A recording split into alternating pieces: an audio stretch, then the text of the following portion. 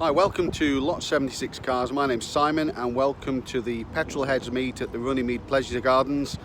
There's already got some great cars arriving here. It's a real treat, this event, because it's a superb collection of really different vehicles and owners. Look forward to seeing the vehicles and chatting with some of the owners.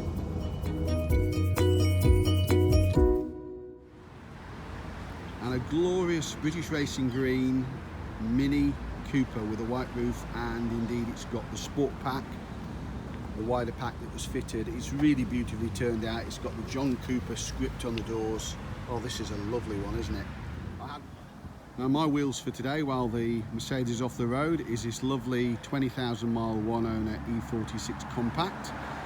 A lovely drive, a vehicle that had a very short model life, only from 2001 to 2004, believe it or not. Next to it we've got this lovely orangey gold Subaru Legacy. These are becoming pretty rare cars actually. I haven't seen one for a while. Now next along is a Ford Focus. Now the significance of this is one of the Millennium Edition cars built in 2000. They built the Focus, the Puma, I think those were the only two. Maybe there was a Fiesta as well, but they were finished in this Millennium Yellow. They're pretty rare cars nowadays. It's unusual to see one. A nicely turned out Mark IV Golf GTI 4-door. Isn't this nice? This is a race prepared. Look at the cage that's fitted in the back. Triumph Herald, but I think it's the Vitesse version. Looking at the lights, the Vitesse was a 6-cylinder car. A very nice Celica, I think a 91-92. It says twin cam 16 valve. It's certainly got the GT4 bonnet. It may well be a GT4. Beautiful RS Cosworth. That's very nice, isn't it? And next to it, becoming a bit of a unicorn, is a VW Jetta. Now this car had various names, Bora, Jetta throughout the lifespan, but based on the Golf platform, effectively a booted Golf, but again, a rather rare car now. And a Mark V Golf. And next to it, a Sierra 4x4 Cosworth. Again, lovely to see those here. That stiffer shell had benefits over the hatchback in terms of handling. And a V8 compressor, E63, I guess, Mercedes. Just walking on a little bit longer, we've got a couple of lovely Mark II Escorts. That first one, the two-door. Again, a lot of these are very highly modified cars. The next one, I had one exactly like this. I had a T-registered one which was rusty even back in the day, sadly. A similar colour, and unfortunately I don't think it survived as well as this one did, certainly. It's the Mercedes C-Class Coupe. A glorious, glorious orange Focus ST. I'm taken with the colour on that one. And then, similar to mine, there's an E46, but this time a coupe. These are starting to become interesting now. E46s, and in the way that E30s and E36s are starting to increase in value, I think these will probably have their day. This one's in lovely condition as well. I do like the motorsport stripe in the grille. Very nice black Ferrari 360 Spider. Next to an even nicer, arguably, Aston Martin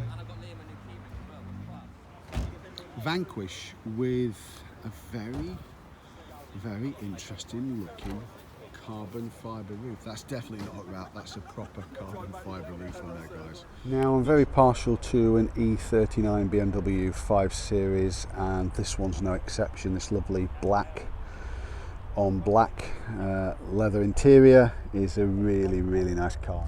With an on-trend colour is this Aston Martin Vanquish. I do like that, it's a lovely colour, isn't it? And you couldn't find a better comparison between that and this very naked Ariel. Normally these are, I think they're powered by Honda Type R engines in most circumstances. And we'll just take a closer look.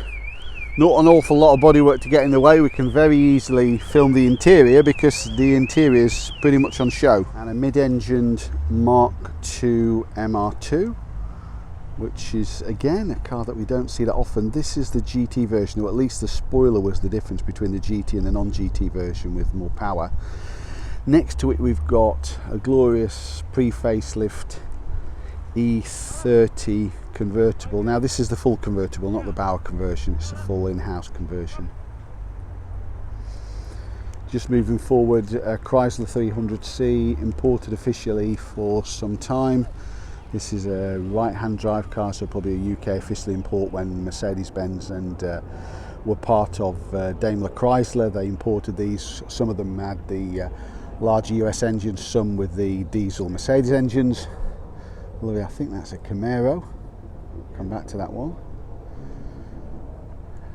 Very nice Mini Cooper. And the latest MX-5. This is the I think the RF version, so it's not the full convertible, it's more the Targa type top seat Ghost 911, and a very jazzed up Micra K11. It used to be everywhere, many people learnt to drive in one, and this one's certainly on the racy side. Very nicely turned out Astra Estate, and indeed a very nice Focus ST. And BMW 6 Series again. And the 121 Volvo Amazon just arriving. I think I've seen that car before. Very nice E36 M3. I think that's in Boston Green. What a lovely car that one is. And an MG ZT 190, the KB6 engine uprated to 190 brake horsepower. A lovely Dodge pickups, a 69 and in this case an 87. Many American vehicles here today, so we'll take a look at those. Very nice Aston Martin Vantage, lovely. Very nice Bedford CF. I wouldn't like to mess with that one. It's certainly been customised a little bit, but you don't see many CFs these days, do you?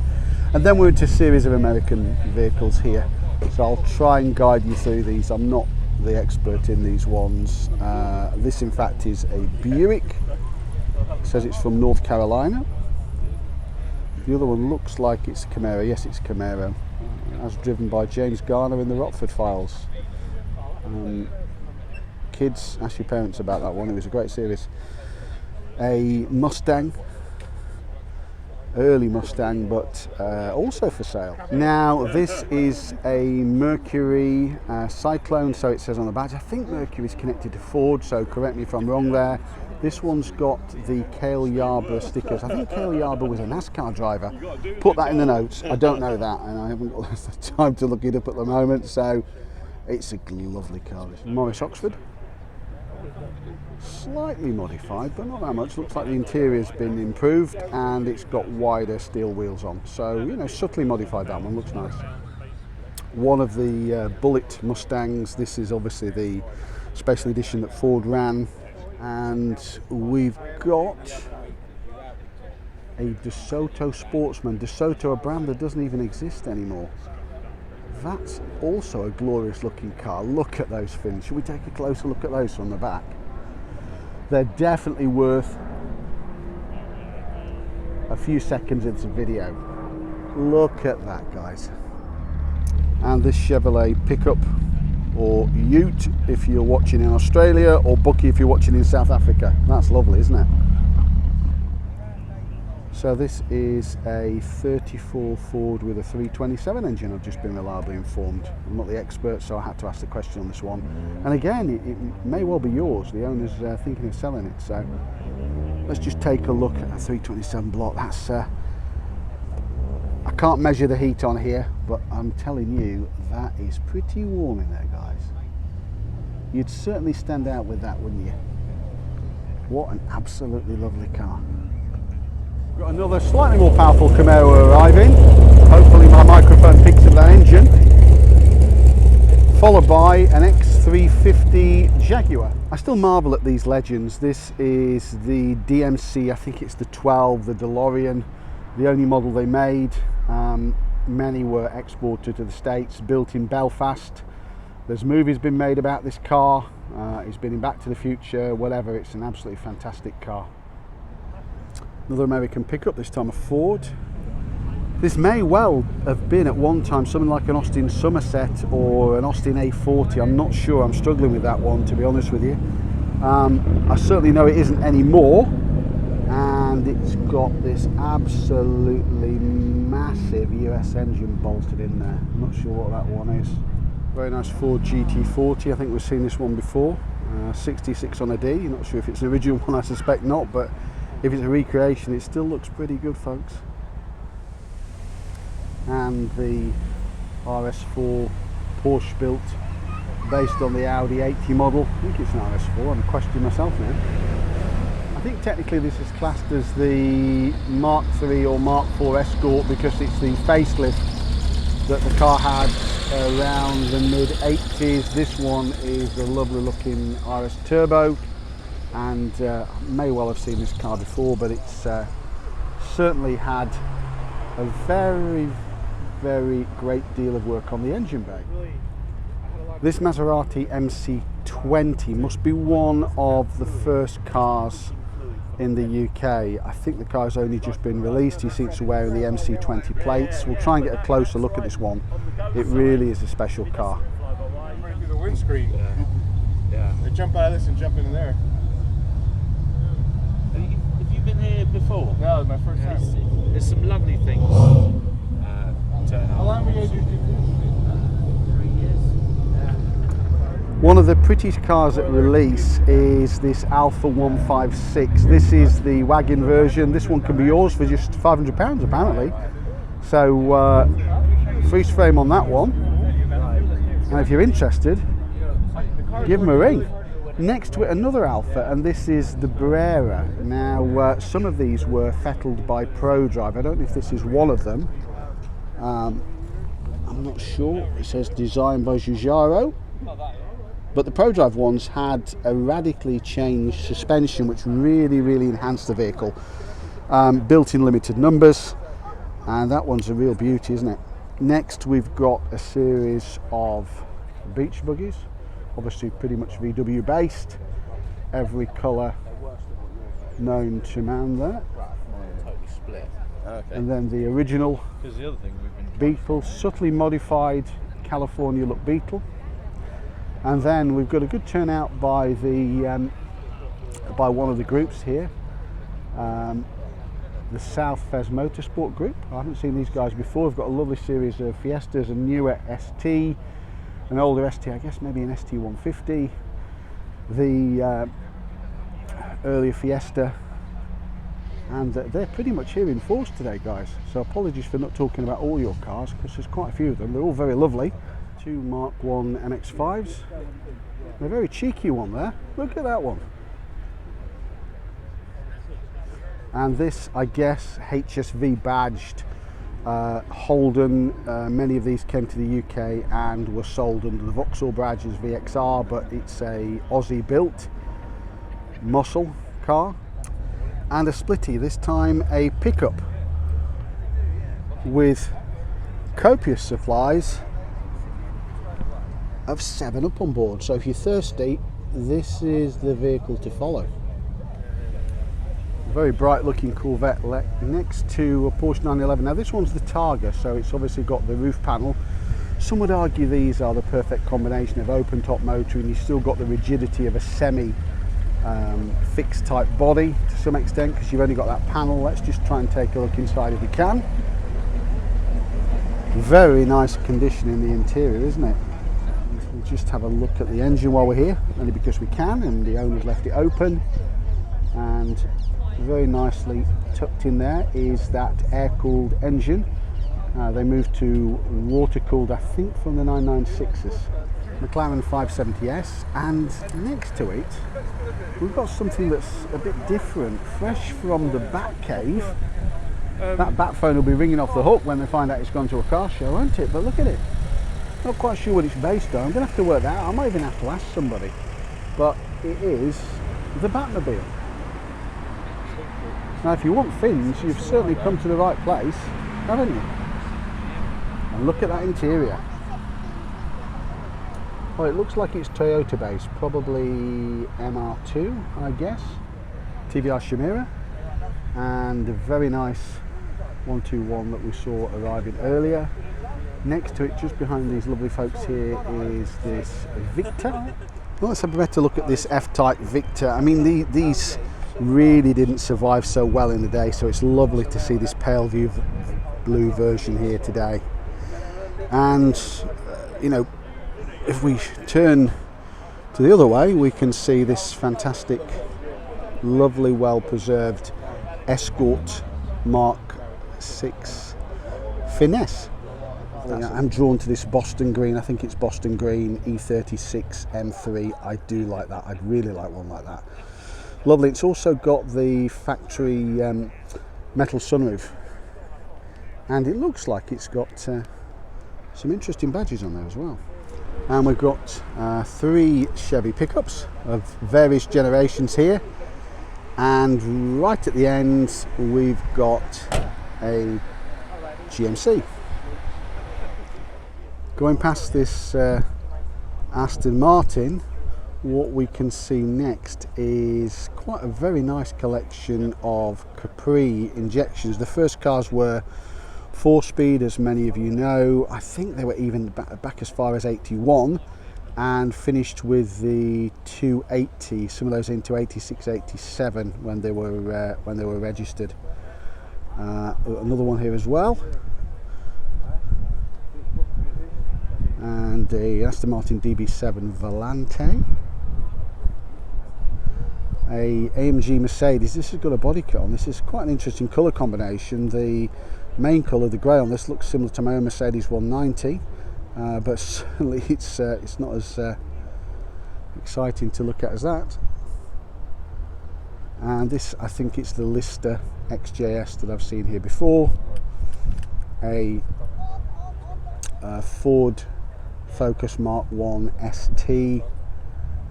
Next to its ancestor, an RS2000 Escort Mark 1, which is next to again a Ford Escort RS2000. So exclaiming it rather be blown than injected is this fantastic hot rod, and it is hot. And this glorious piece of Americana is a 1966 Dodge Coronet. That's a fantastic looking car, isn't it? I love those false vents on the side. It's got some really nice features here. Proclaims to be a V8, and it's a Coronet 500. Nice to see that lovely wide-plated Mini in the mix. Next to yet another Aston Martin. They're out in force here today. And this is the Honda Integra, but I think this is the later imported version. Just looking at the front styling, I think it was a previous one that was imported. Let's just go on a bit further. Oh, that's in great condition, isn't it? What a lovely Mark II Fiesta 1.1 L. Wow, you don't see too many of those. Next to a Golf, I'm not sure if this is a pickup or a caddy pickup, so forgive me if I get that one wrong. And then we've got the Audi Coupe, not the Quattro in this instance, but I don't think it's the Quattro anyway. Oh no, it is the Quattro, I'm wrong. Very subtle difference, because they also sold the coupe as well, but I should pick up on the fact it's got those wider arches. A rat look Chevrolet Apache. So don't put any rust killer on it, it should look like that.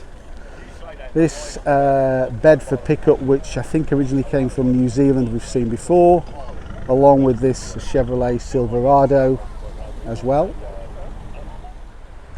Now this beast is not a kit car, and it's not a hot rod, it's actually a Plymouth Prowler. It was built in full production by Plymouth. What an incredibly brave decision to build that, and a fantastic car. We'll try and have a look inside. And pretty modern looking dash inside, airbags. You can tell it's obviously something that's been built in more recent times. And this looks like it's a 7270, in fact it's a 73 BMW 2002 Cabriolet.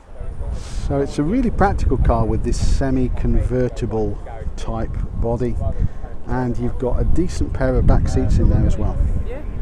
So the owner has very kindly invited me to have a look inside, and like he said, he loves the simplicity of this vehicle, and I can see why. Look at that wraparound dash, how the chrome wraps into the doors, and it's a really simple interior, but it's got everything you want. It's really nice to see an Alfa Sud, probably I think the rarest car here. This is a 77, it's badged TI, it's got the twin lights at the front. As I may have mentioned on a previous video, my mum had the 5M, which was 5-speed manual. Very few of these exist. Alfa and then Sud, because it was built in the south of Italy. I guess the stories of substandard steel have been pretty much exploded that myth, but I'm really happy to see one of these here. Looks like it should be a hatch, but it's not. It's booted. Only the later ones, very late cars, were hatchbacks. Alfa Giulia with some very nice features. I do like how the owner has just added some lovely colour touches to this car. Not overdone and just looks right. From Ford's upmarket Lincoln brand is this a Lincoln Continental. That even these days, that car that's from 1975 is an absolutely massive car, isn't it? Very impressive, and those concealed lights, as you can see there, concealed lights, and that ridge that runs all the way along the side of the vehicle. We'll just take a look at the back because we can, and it's no less impressive from the back as well. Pontiac Trans Am next to another Ford hot rod. A very bright one, this one, isn't it? Now this has caught my eye. It's a lovely Zephyr 6 50s, I think late 50s Zephyr 6. Really fantastic looking car. We'll try and look at some of the period features here. The extra spot lamp on the top there, on the A-pillar, this sun visor, I think a period accessory, and we'll have a quick look inside. A bench seat, column of gear change, and you know, not so much in the way of instruments. That sort of metal dash. Very nice MGB, as I said before many times, 10,000 of these on the road in the UK, so well served as a classic car, and you're always bound to see one. An Audi R8, which is very nice, and we've got this MX-5. I think this is the Barclay limited edition. We'll just take a closer look at this one. You know, Mazda UK ran with many special editions on MX-5s, and this is one of them, and there are countless ones, some more special than others, but certainly that paint finish, I believe, was only used on that car. Very nice slate grey Mini with harnesses. I think that means business. Now I don't know what this is. It's got sort of a bit of a Lotus 7ish. It's certainly not a Lotus 7, but do you recognise some of the parts on this, guys? Those wheels look familiar. Perhaps you recognise the headlamps, or the dead giveaway is the front grille. Yeah, it looks like this is Citroen 2CV based. Very Austin A35, and let's have a look at the engine. Oh, hang on, it's got a question mark. Just leaving this beautiful 325 BMW. Alright, another Mini Cooper. This one is H, so that's 90. So I think it's the first few years when these went back into series production and were not just John Cooper garages conversions, and without that sport pack and the smaller arches. And here we've got the Vauxhall VX220. Not sure if that's a turbo or not, as many of you know, built on the Elise chassis, but probably in some ways more livable. And next to it, yes, a lovely MGB GT. I do like those faired in headlamps. they do something for the styling, don't they? Very nice 350Z arriving. That's a lovely colour, isn't it? Not even sure if this is at the show, but I do like these E39s, as you probably know, because I bored you with this already.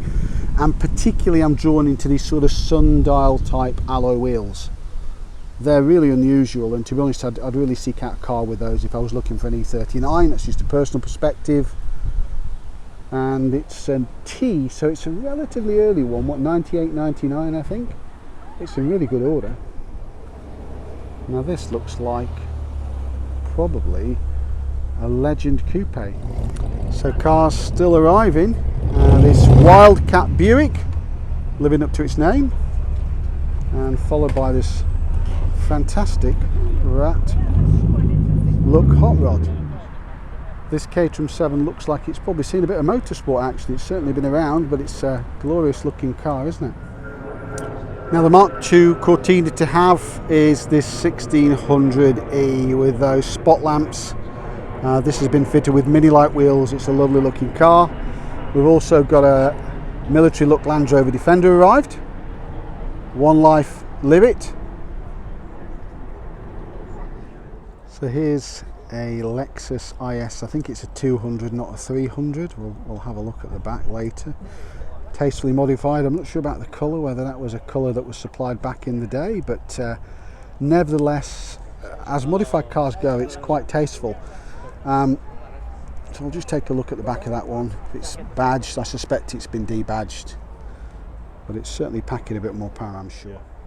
Fitted with a wide body kit is this BMW E30, a cage. It looks like with those arches, it definitely means business, guys. So it's certainly got some pretty wide tyres on there, hasn't it? Look at those. Another BMW E36 M3. This is also a glorious colour. I can't remember what this one's called, whether it's Imola Blue or something like this, I'm not sure. But I do like these. I like the simplicity of the E36. This sort of snub nose front just works for me. It's really understated and arguably, to my mind, more attractive than some of the more recent designs that have come out of BMW. And a California T Ferrari. A great car to have on a glorious day like today.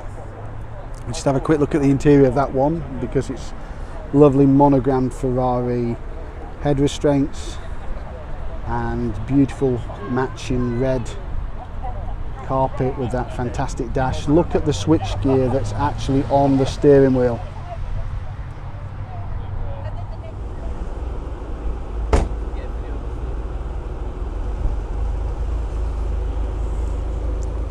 Trying to improve the airflow in that car. Hopefully he's not going all the way home like that. Jaguar XK150, launched in 1948 under the stewardship of William Lyons. This is a beautiful car as well. It's a fixed head rather than a convertible, as you can clearly see. Beautiful interior. And here's a 1969-70 Plymouth Barracuda 446. That's a glorious car. Another car that's for sale, so I'll put that in the video if you want to give the owner a ring. If you're interested, I can certainly tell you it's in stunning condition, this car. A couple of lovely Corvette Stingrays, take your pick. I think this one might be a special edition one, this two-tone one. Something maybe connected with Indianapolis or something like this. And this looks like to be a later facelifted version both from around 1980 though, in actual fact, so I'm not sure about that. Put that in the comments if you know the answer, please. A relatively seldom seen sight is this Morris Minor pickup. We see the vans, we don't see so many of the pickups, and we see plenty of the cars, but the pickups are a very unfamiliar sight today. Some room in that one, isn't there? So thanks again for joining me at the Runnymede Pleasure Grounds for the Petrolheads meet. We've seen some fabulous cars like this Plymouth Prowler behind me. I've not seen one of these before in the UK. Plenty of other great cars in the video, I hope you agree. Please like, share, subscribe, and I look forward to you joining me on the next one. Thanks for watching.